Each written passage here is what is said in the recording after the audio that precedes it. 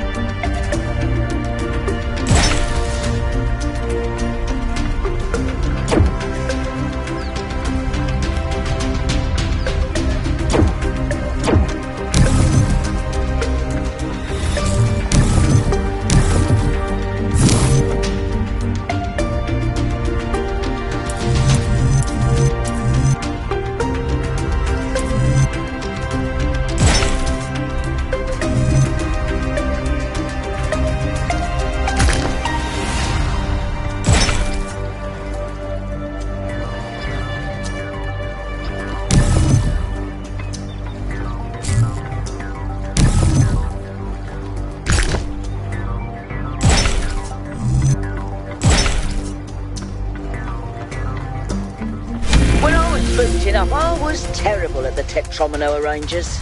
Those were actually the only ones I was good at. What? I'm just saying.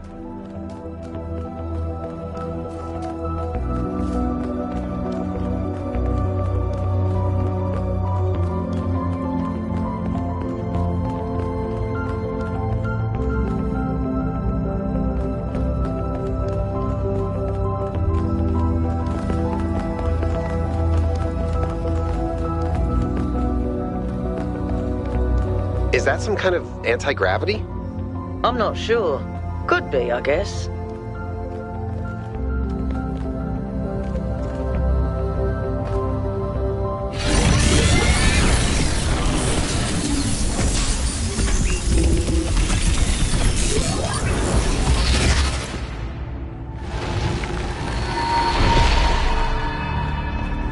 In the beginning, the gods shaped humankind out of the clay of the earth and gave them life with their own breath.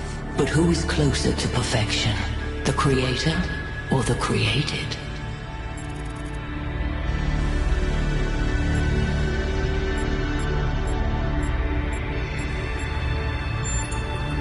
I speak in riddles because the world is a mystery. When Prometheus saw that humankind was more alike in nature to the gods than to the animals, he stole the secret of fire from Olympus and shared it with the mortals. Was his theft justified?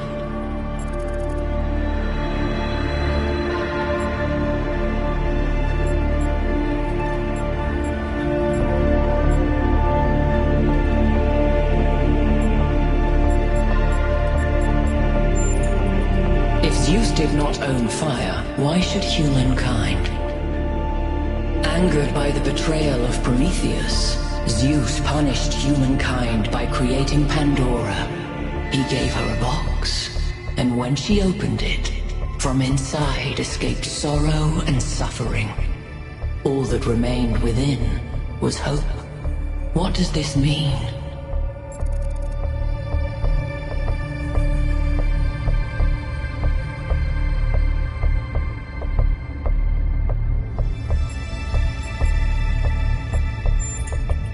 Those who seek hope should ask themselves why it was imprisoned with the world's evils.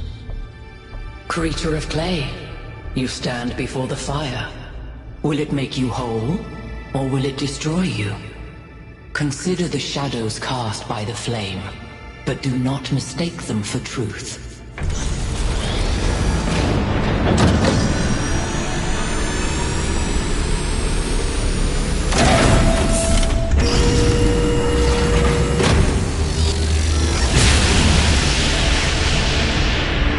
Guys, look at my stream.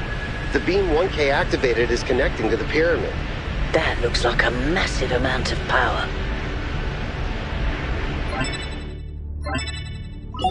We need to talk about what just happened. Thoughts? I'd say there are two distinct issues here. What is the being 1K spoke to, and what is the function of the beam? Let's start with the Sphinx. It seems similar to the apparition in New Jerusalem. Presumably the same technology. What I'd like to know is what we're dealing with, ontologically speaking. Was this a sentient being or some kind of recording?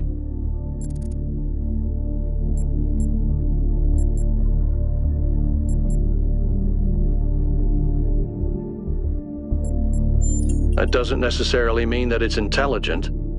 Let's assume for a moment that 1K is right, and it is intelligent in some sense. What really matters here is what it was trying to achieve by asking those questions.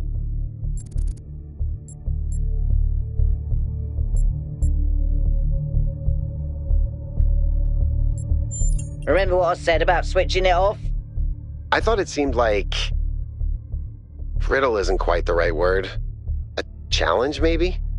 That's an interesting thought. There's clearly some sort of testing component to this place. You solve the puzzles, you get access to the towers, you enable a beam, and if you do it 3 times, you get access to the megastructure. Maybe, but why? I don't know. It's a mystery. Don't you like mysteries, Al? Everybody likes a good mystery. You know what I like? Certainty.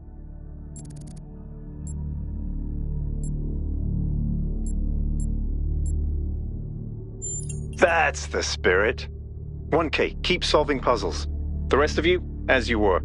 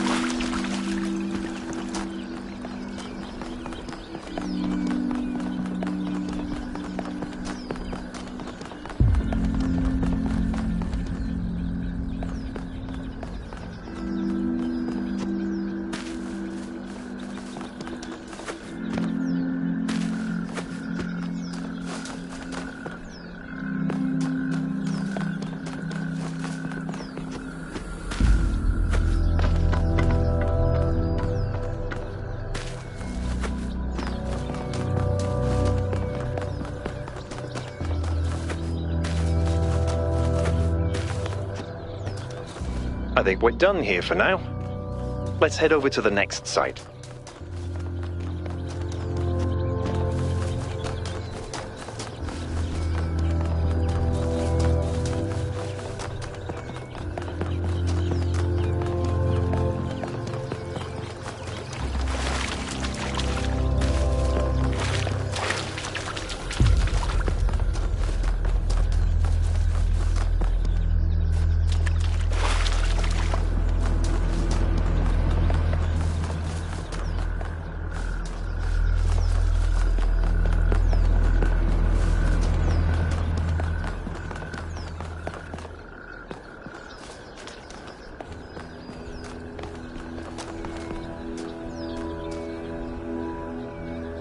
What can I do for you, 1K?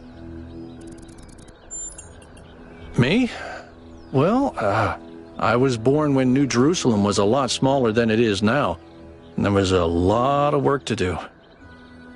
I wasn't really interested in technical stuff, engineering and so on, but I was good at keeping things organized. So I got involved with the administration side of things.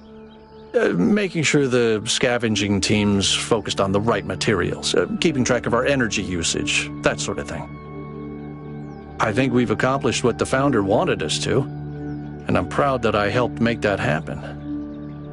Byron doesn't see it that way, obviously, but I think sometimes he gets so lost in his dreams that he forgets to look at the real world. Of course. My best friend, in fact. And someone I've worked with hundreds of times over the centuries. A good person who cares about the world and the people in it. I just also think he's wrong about everything and extremely annoying.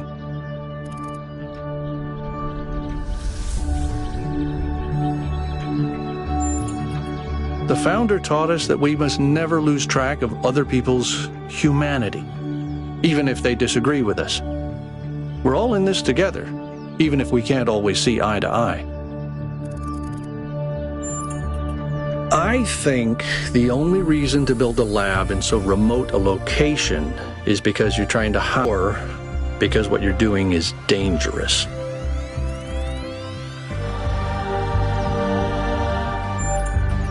To me, it means accepting a certain amount of humility.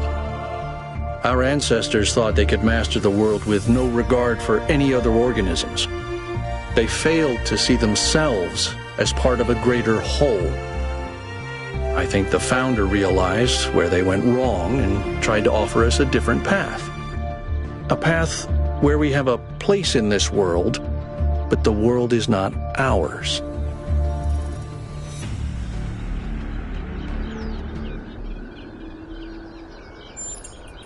I don't know. It's obviously impressive, but I think we should be very careful. We're dealing with powers we don't really understand.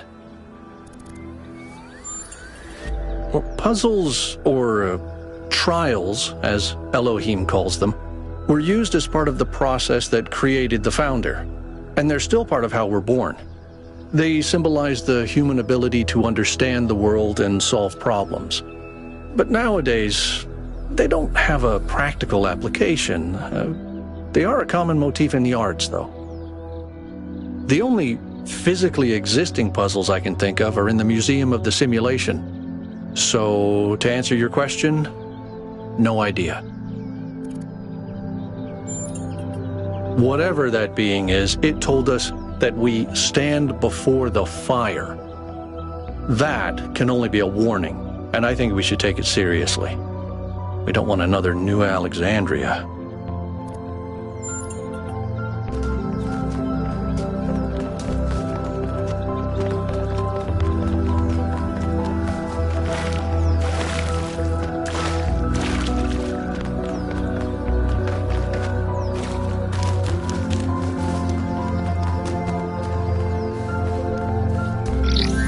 Whether it is true Daedalus constructed the giant Talos, or as others say he was the creation of Hephaestus, what we may be certain of is that he was made of bronze and had but one vein, within which flowed a liquid substance like blood, which some claim was quicksilver, and others assert was ichor, such as flows in the veins of the gods. The loss of that liquid caused him to die, as a man dies when he loses his blood. May we not then say that Talos, though created as a machine or a toy, had all the essential properties of a man? He moved of his own volition, he spoke and could be spoken to, had wishes and desires. Indeed, in the tale of the Argonauts, that was the cause of his downfall. If then a machine may have all the properties of a man, and act as a man while driven only by the ingenious plan of its construction and the interaction of its materials according to the principles of nature, then does it not follow that man may also be seen as a machine? This contradicts all the schools of metaphysics. Yet even the most faithful philosopher cannot live without his blood.